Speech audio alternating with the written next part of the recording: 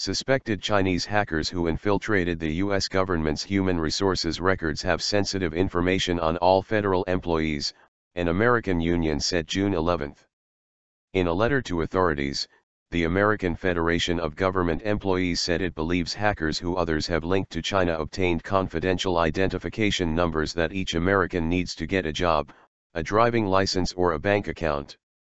We believe that social security numbers were not encrypted, a cybersecurity failure that is absolutely indefensible and outrageous, Union President David Cox said in a letter to the government's Office of Personnel Management, subject of the vast breach. The hackers are now in possession of all personnel data for every federal employee, every federal retiree, and up to 1 million former federal employees.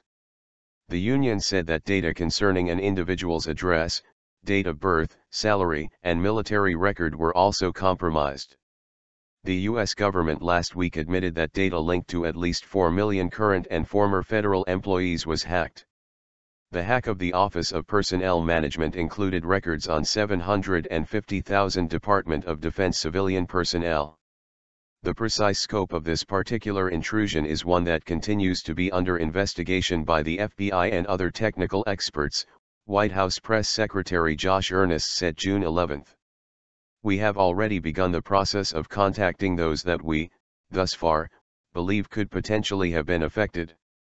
China operates a vast domestic security and surveillance apparatus, but Beijing last week labeled as irresponsible U.S. media reports that said Chinese hackers were behind the massive cyber attack. Zhu Haiquan, spokesman for the Chinese embassy in Washington, said Chinese laws prohibit cyber crimes of all forms and said Beijing was trying to combat cyber attacks in accordance with Chinese laws and regulations. But the New York Times this week reported that the hackers in the Office of Personnel Management intrusion may have snared the names of Chinese with links to American officials, potentially putting them in danger. Investigators say hackers could have obtained the names of Chinese relatives, friends, and associates of American diplomats and other government officials, the Times said, leaving those Chinese open to blackmail or retaliation.